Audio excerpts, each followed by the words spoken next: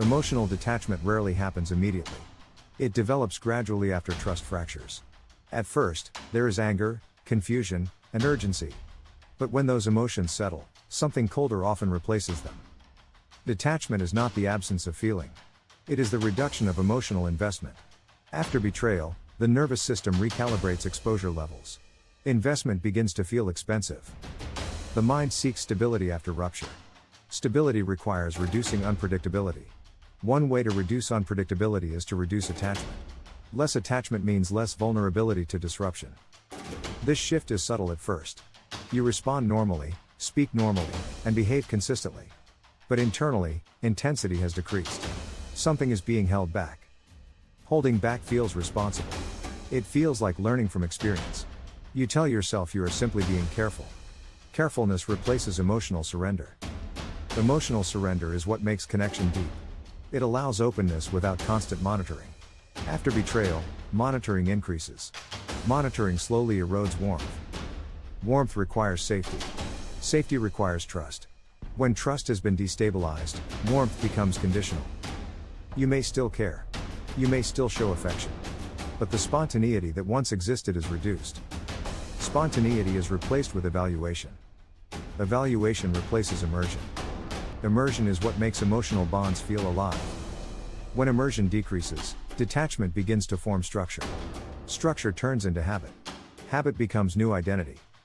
Identity adapts around self-protection. Self-protection becomes default mode. Default mode influences every future interaction. Some individuals detach outwardly. They reduce communication and visible engagement. Others detach internally while appearing present. Internal detachment is harder to detect. It manifests as reduced emotional depth. Conversations become surface level even when content is serious. The person who caused the betrayal may believe the relationship has stabilized. Conflict may have ended. Routine may have resumed. But detachment is not loud. It is quiet recalibration. It signals that emotional risk tolerance has shifted. Emotional risk tolerance determines how much you invest. When tolerance lowers, vulnerability narrows. Narrowed vulnerability limits intimacy. Detachment also protects self-image. If you reduce investment, you reduce potential disappointment.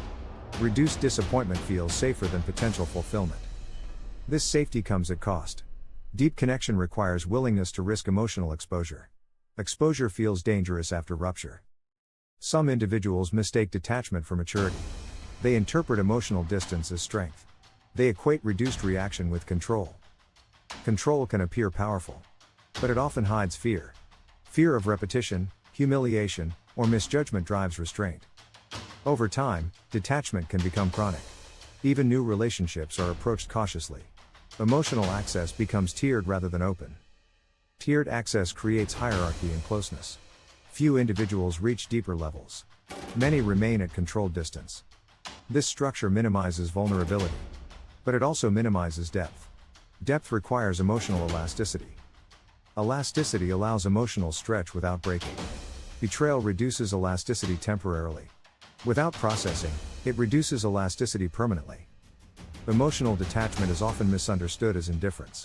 It is rarely indifference. It is calculated preservation. Preservation prioritizes stability over intensity. Stability feels reliable. Intensity feels volatile. The danger is not detachment itself. The danger is permanent emotional narrowing. Narrowing reduces capacity for future connection. Some integrate betrayal into wisdom. They restore openness gradually while maintaining discernment. Others freeze emotional range. Frozen emotional range limits relational possibility. Possibility shrinks quietly over time. Shrinking becomes normalized.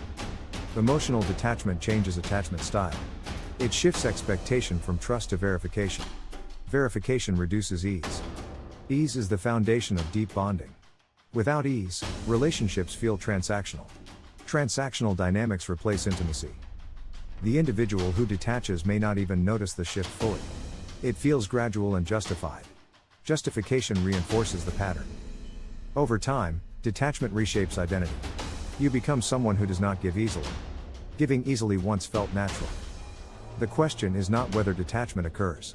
It almost always does after rupture. The question is whether it becomes permanent structure.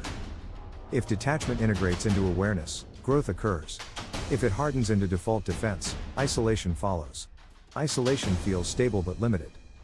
Emotional detachment after betrayal is not weakness. It is the nervous system protecting itself.